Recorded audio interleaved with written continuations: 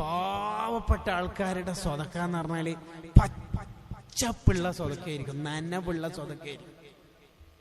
ഉദാഹരണത്തിന് ഇവിടെയൊക്കെ ഒരേ സ്ട്രെയിറ്റിൽ പോകുന്ന റാലി, നബിദിന റാലിയൊക്കെ ഉണ്ടാവും സ്ട്രെയിറ്റിൽ. നമ്മൾ ഈ മദ്രസ കേന്ദ്രീകരിച്ച് നടത്തുന്ന നബിദിന റാലിയോ കൂടുവഴികളിലൂടെ ഇങ്ങനെ ഓരോ ചെറിയ ചെറിയ പോക്കറ്റ് റോഡിലൂടെ ഒക്കെ പോകും. ഇപ്പൊ ഈ റബീഉൽ അവ്വൽ വരുന്നതിൻ്റെ എത്രയോ മുന്നേ, സഫർ, മുഹറം, അതിന്റെ മുന്നേ ദുൽഹിജ്ജ, ആ മാസമാകുമ്പോ തന്നെ റബീഉൽ അവ്വൽ മണക്കും. ഈ പാവപ്പെട്ട ഉമ്മമാരുണ്ടാവും, ഓരോ ഭർത്താവ് ഒന്നിക്കൽ ഓട്ടോ ഡ്രൈവർ, അല്ലെങ്കിൽ കൂലിപ്പണിക്കാരൻ, അല്ലെങ്കിൽ ഗൾഫിൽ തന്നെ ഏതോ ഒരു ഹൗസ് ഡ്രൈവർ, പാവാണ്. ആകെ ചെലവിന് മാസത്തിൽ അയക്കൽ 5000 അല്ലെങ്കിൽ 4500 ഇങ്ങനെ ഒപ്പിച്ചു പോക്കാം. ഈ 4000-ൽ തന്നെ ഗ്യാസ്, മറ്റേ പുട്ടിന്റെ പൊടി, പത്തലിന്റെ പൊടി ഒടിക്കൽ, ഇതെല്ലാം ഇൻക്ലൂഡഡ് ആവണം. ബ്രെഡ് വാങ്ങല്, മുട്ട വാങ്ങല്, ഫീസ് അടക്കല്, സ്കൂൾ ഇൻസ്ട്രുമെന്റ് ബോക്സ് എല്ലാം. ഈ 4000 എങ്ങനെ ഒരിക്കലും ഒത്തുപോകില്ല ശരിക്കും പറഞ്ഞാല്. എന്നാൽ ഈ റബീഉൽ അവ്വൽ വരാനാവുമ്പോ തന്നെ ഈ ഉമ്മമാരെന്ത് ചെയ്യുമെന്നറിയോ?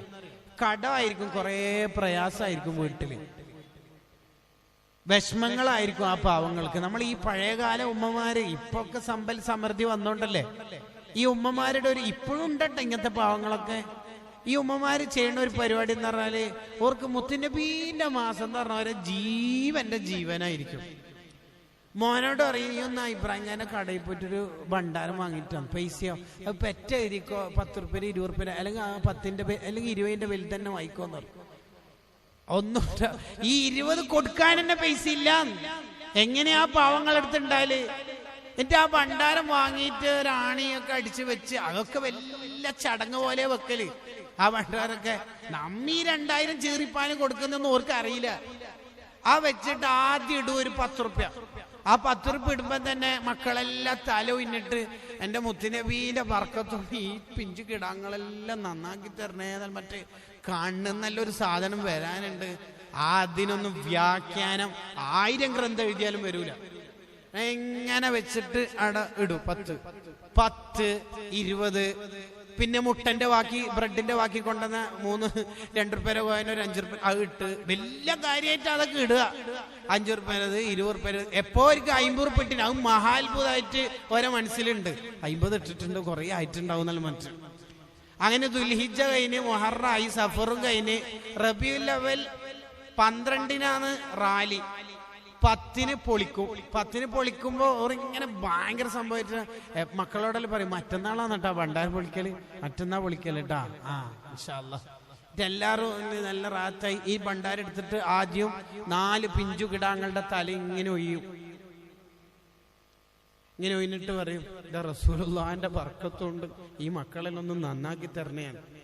ആദ്യം ഇങ്ങനെ ഒഴിയും. പഴയകാല ഉമ്മമാരെ ഈമാന്. എന്നിട്ട് ഇങ്ങനെ കത്തിയെടുത്തിട്ട് മുറിക്കും.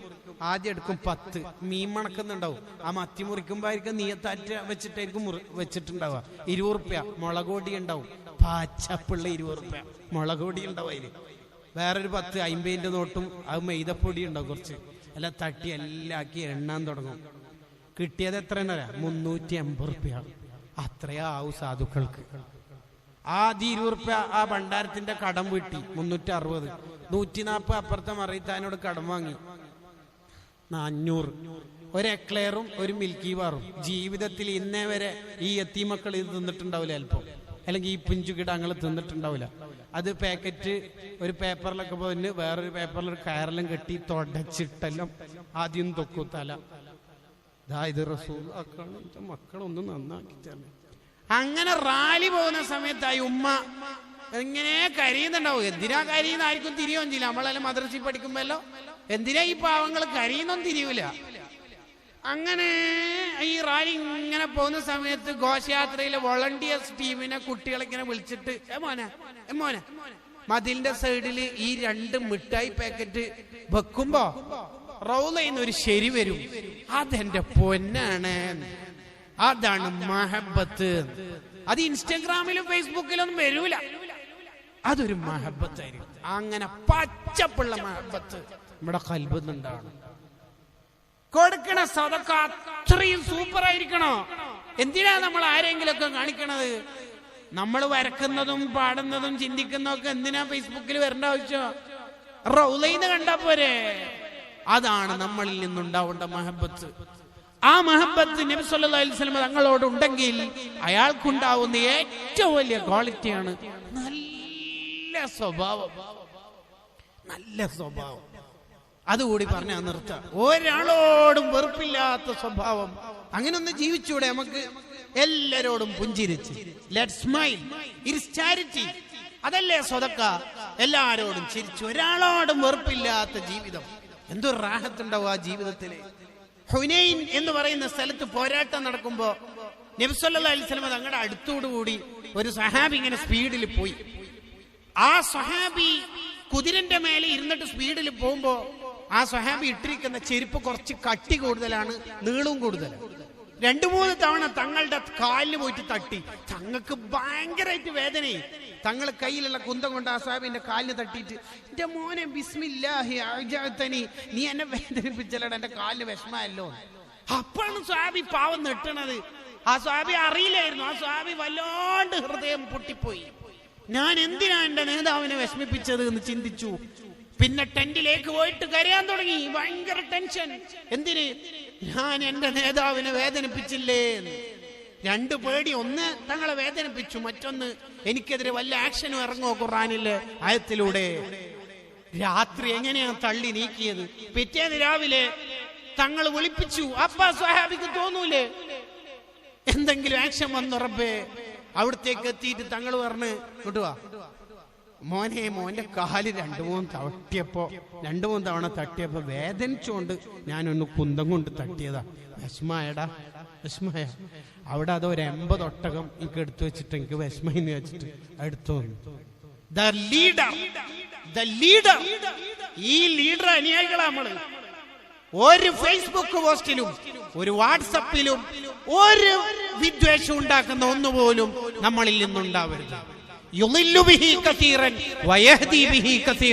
ഖുർആൻ കൊണ്ട് നന്നാവുന്നവരുണ്ട്, മോശാവുന്നവരുണ്ട്. സംഘടന കൊണ്ട് നന്നാവുന്നവരുണ്ട്, മോശാവുന്നവരുണ്ട്. നമ്മൾ ഹാദി, എല്ലാവർക്കും ഹിദായത്ത് കൊടുക്കുന്നവരാവണം. ആവരുത്. നന്നായി ജീവിച്ച് ഒരാളോടും വെറുപ്പില്ലാത്ത ജീവിതം നമുക്കുണ്ടാവണം.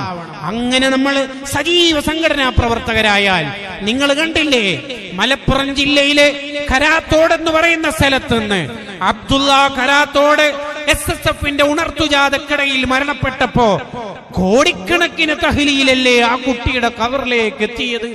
എന്തിനതൊക്കെ പറയണം? ഇവിടുന്നല്ലേ മുജീബിന്റെ ഖബറിലേക്ക് തുരുതുര ദുആ പോയത്. ഈ അനുസ്മരണങ്ങൾ നമ്മുടെ ഈ നാടിന്റെ പ്രാസ്ഥാനിക മുന്നേറ്റത്തിന് കാരണമാവണം. അല്ലാഹു തൗഫീഖ് നൽകുമാറാവട്ടെ. അല്ലാഹുവേ, നമ്മുടെ മജ്ലിസ് നീ സ്വീകരിക്കണേ റഹ്മാനെ.